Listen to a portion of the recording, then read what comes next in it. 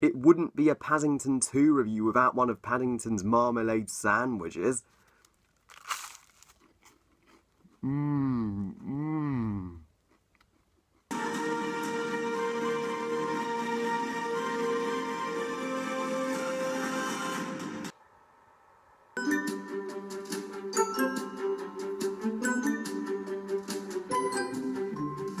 Paddington 2, directed by Paul King, and is the sequel to the 2014 surprise hit family movie Paddington, based on the novels of the same name.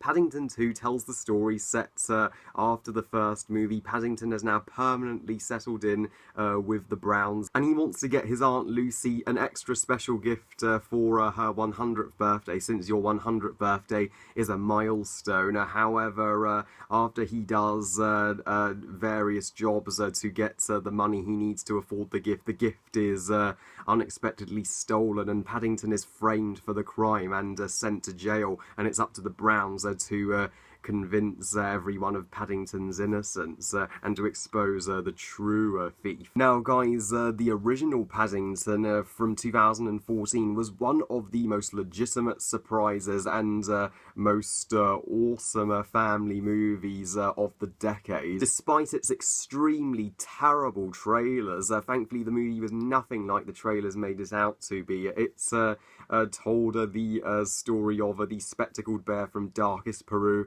in such a heartfelt and uplifting way. Come to think of it, it shouldn't have come to a surprise that the original Paddington was awesome, since it was from Heyday Films, the producers of the amazing Harry Potter franchise. Now I know for a fact that only my UK subscribers may have watched Paddington 2 so far, since it hasn't been released in the US and Canada yet. Its US and Canada release date, oddly enough, is January 2018, and I know you guys in the US may be asking me, Harry, why haven't you reviewed Coco yet? Well, I'm afraid, guys, I won't get to see Coco until January 2018, because that's exactly when Coco is released in my country. So at least we get Paddington 2 early, and you get Coco early to make it fair, I guess. But I shall review Coco the second it's released in 2018. As for Paddington 2, guys, in a year where family movies have been terribly lacking in originality, I don't need to bring up the Emoji Movie, do I? Paddington 2 is a terrific sequel and movie for the entire family to watch this winter. I loved it. So does that mean it's perfect? Not necessarily, but thankfully the good heavily outweighs the bad. So let's get to the positives first. I mean, Ben Whishaw continues to be utterly charming in the role of Paddington, and this movie did a much better job of making me sympathise and relate to the character of Paddington more than the first movie ever did in its entirety. I mean, Paddington in this movie, he's just a sweet dude or bear who just wants a gift, you know, for his auntie, for you know, something special for his family, and is unfairly and cruelly locked up for a crime he didn't even commit. I mean, I'd be pissed off too if I was in his shoes. So it's absolutely sweet and touching when the Browns, they take a stand. They work day and night to prove Paddington's innocence and to expose the true thief. Who would have thought a CGI bear would make me cry, guys? I was bawling my eyes out for Paddington in this movie. I absolutely loved the Browns in this movie.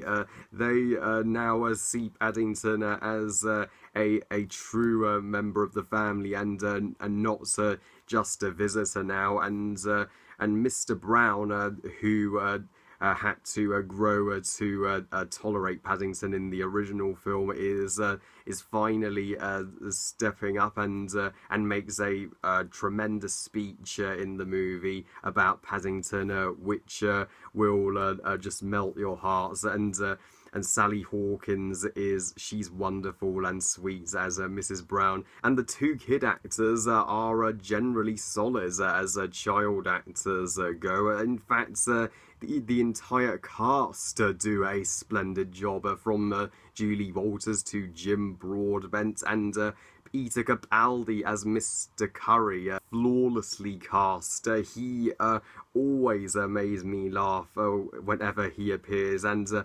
12th Doctor has now officially regenerated into Mr. Curry. He's gone into a different franchise. That's what he's doing for a living. I was sceptical that the prison scenes the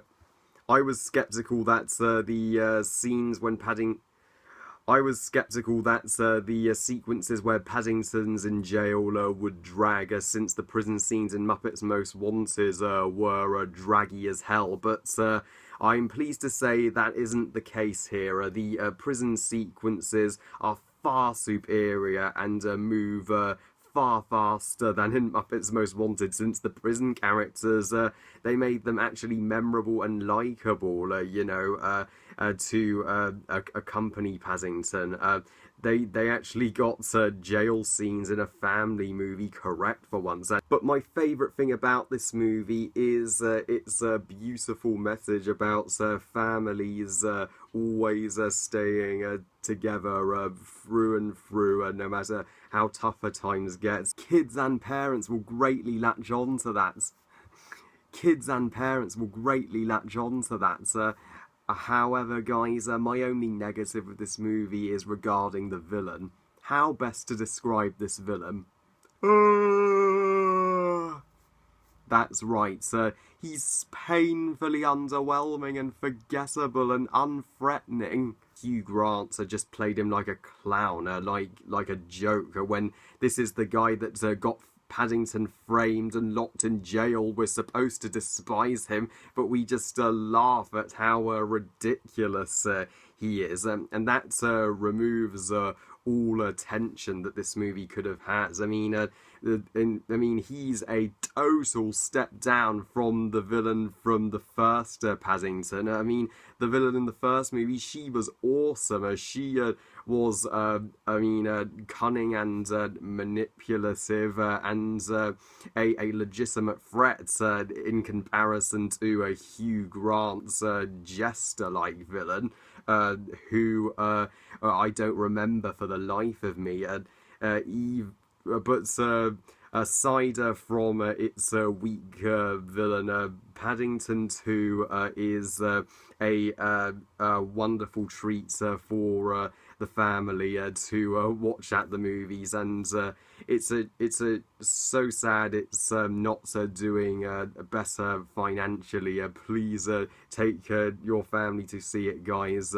It's totally worth your time. It's not better than the original Paddington, but it's neck and neck. I couldn't agree more with the critical reception. This is one of the best reviewed movies of 2017. It so far has a 100% on Rotten Tomatoes. That's as high a score as Get Out. I'd give Paddington 2 4.5 stars out of 5. Paddington 2 and its predecessor are sure to go down in history among the great British classics, along with James Bond, Harry Potter and Paddington, and this is our Paddington, guys. Ain't he adorable? CGI Paddington, not quite as cute, but he's close. Well, I love you guys, thank you for watching, I hope you guys enjoyed this review, and what do you guys in the UK think of Paddington 2, and are you folks in the US and Canada stoked for it? Please comment and let me know. Please like this video and subscribe. Please follow me on Twitter and on Google Plus and on Instagram, and I'll see you next time. And remember, movies are us. Bye, guys.